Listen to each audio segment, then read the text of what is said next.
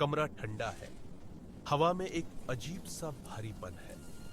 तुम्हारी आंखों के सामने वह रो रही है। उसके आंसू कांच के मोतियों की तरह उसके गालों पर लुढ़क रहे हैं और हर एक आंसू तुम्हारे सीने में एक छोटे बर्फीले खंजर की तरह चुभता है। तुम्हें लगता है यह मेरी गलती है।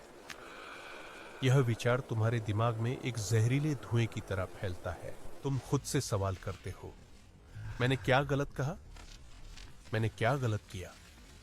तुम अपनी यादों को खंगालते हो, एक सबूत की तलाश में, एक कारण की तलाश में, और तुम्हें कुछ नहीं मिलता, बस एक खालीपन, एक गहरा गूंजता हुआ अपराध बोध। तुम उसके पास जाते हो, तुम माफी मांगते हो उस गलती के लिए जो तुमने की ही नहीं, और जैसे ही तुम झुकते हो उसके आंसू रुक जाते हैं। एक सर्द शांति छा जाती है। तुमने वही किया जो वह चाहती थी।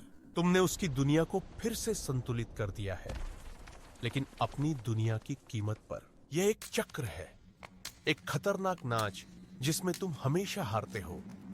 पर आज हम इस नाच का पर्दाफाश करेंगे। सच यह है, उसके आंसू तुम्हारे बारे में नहीं है, वे कभी थे ही नहीं। यह मनोविज्ञान का एक गहरा अंधकारमय सिद्धांत है जिसे प्रक्षेपण, प्रोजेक्शन कहते हैं। प्रक्षेपण एक मनोवैज्ञानिक रक्षा तंत्र है। जब कोई व्यक्ति अपनी अस्वीकार्य भावनाओं या कमजोरियों का सामना नहीं कर पाता, तो वह अनजाने में उन्हें दूसरों पर मढ़ देता है। यह तुम्हारी गलती नहीं है, यह उसकी कमजोरी है, उसकी हताशा है, उसकी अपनी नजरों में खुद की विफलता, और वह इस बोझ को उठा नहीं सकती, इसलिए वह इसे तुम्हें सौंप देती है, तुम्हारे ऊपर फेंक देती है। उसके आंसू हथियार है।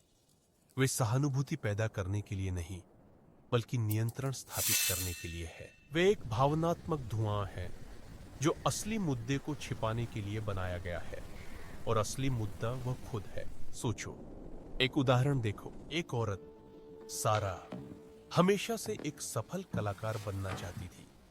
उसके सपने बड़े थे, उसकी महत्वाकांक्षा आसमान छूती थी, लेकिन उसके अंदर एक डर भी था, विफलता का डर।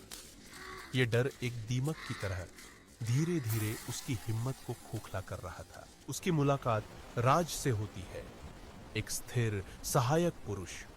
वह उसे एक सुरक्षित बंदरगाह की तरह लगता है। वे साथ रहने लगते हैं। राज उसे हर तरह से प्रोत्साहित करता है। वह उसके लिए सबसे अच्छा कैनवास लाता है, सबसे महंगे रंग खरीदता है, लेकिन सारा पेंट नहीं कर पाती। कैनवास उसे घूरता है, एक सफेद खाली जज की तरह। उसका डर अब पहले से भी बड़ा हो गया है। वह अपनी विफलता का सामना नहीं कर सकती। यह स्वीकार करना कि समस्या उसके अंदर है, उसके लिए असंभव है। और फिर एक शाम राज काम से घर आता है। वह उसे उत्साहित होकर पूछता है, आज कुछ बनाया? यह सवाल एक चिंगारी का काम करता है। सारा घूमती है और उसकी आंखों में आंसू होते हैं। वह चिल्लाती है, तुम्हारी वजह से मैं कुछ नहीं बना पा रही हूं।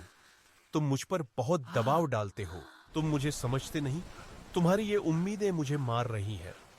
उसके आंसू अब एक बाढ़ की तरह है। राज हैरान है, वह टूट गया है। उसने तो बस उसका समर्थन किया था, अब वह खुद को एक राक्षस की तरह महसूस कर रहा है। उसने सारा की विफलता के डर को, उसकी कलात्मक अक्षमता को अपने ऊपर ले लिया है। उसने उसके आंसुओं को सच मान लिया है। यह प्रक्षेपण का एक सफल और विनाशकारी उदाहरण है। अब तुम देखो, क्या यह कहानी तुम्हें जानी पहचानी लगती है? क्या तुमने भी कभी किसी और की कमजोरियों का बोझ उठाया है? क्या तुमने भी कभी उन आंसुओं पर विश्वास किया है जो तुम्हारे लिए नहीं थे? यह जागने का समय है। यह समझने का समय है कि तुम एक मनोवैज्ञानिक खेल का मोहरा हो। यह कोई दुर्घटना नहीं है, यह मनोविज्ञान है। उसके आंसू एक सोची समझी रणनीति है, चाहे वह चेतन हो या अचेतन। जब तुम अपराध बोध महसूस करते हो, तो तुम नियंत्रणीय हो जाते हो, तुम अनुमान के योग्य हो जाते हो, तुम उसकी भावनात्मक अस्थिरता के लिए एक लंगर बन जाते हो, तुम उसकी कमजोरियों को ढकने वाली ढाल बन जाते हो। लेकिन हर ढाल टूट जाती है, हर लंगर का वजन होता है। तो तुम क्या करते हो? तुम इस चक्र को कैसे तोड़ते हो? सबसे पहले पहचानो, इसे नाम दो। यह प्रक्षेपण है, यह उसकी असुरक्षा है, तुम्हारी गलती नहीं। ज्ञान तुम्हारा पहला हथियार है। जब तुम पैटर्न को देख लेते हो तो तुम उससे प्रभावित नहीं हो सकते। दूसरा, जिम्मेदारी लेने से इनकार करो। तुम उसके भावनात्मक कचरे के लिए कूड़ेदान नहीं हो। तुम कह सकते हो, मुझे दुख है कि तुम ऐसा महसूस कर रही हो, लेकिन मैं इसका कारण नहीं हूं।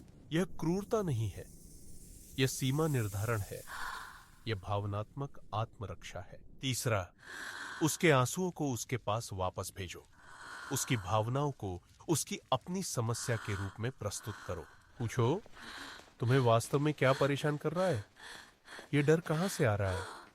उसे आईना दिखाओ। शायद वह टूट जाएगी, शायद वह तुम पर और भी अधिक आरोप लगाएगी, लेकिन तुमने सच का बीज बो दिया है। यह रास्ता आसान नहीं है। आत्मसंदेह के पुराने भूत तुम्हें परेशान करने लौटेंगे। तुम्हें लगेगा कि तुम पत्थर दिल हो रहे हो, लेकिन तुम पत्थर दिल नहीं, तुम स्पष्ट हो रहे हो, तुम मजबूत हो रहे हो। औरत के आंसू शक्तिशाली हो सकते हैं। वे सहानुभूति, अपराध बोध और भ्रम पैदा कर सकते हैं, लेकिन वे केवल उतनी ही शक्ति रखते हैं जितनी तुम उन्हें देते हो। उसकी कमजोरी को अपनी पहचान मत बनने दो। उसके डर को अपनी जेल मत बनने दो। उसके आंसुओं का सच यह नहीं है कि तुम कितने बुरे हो।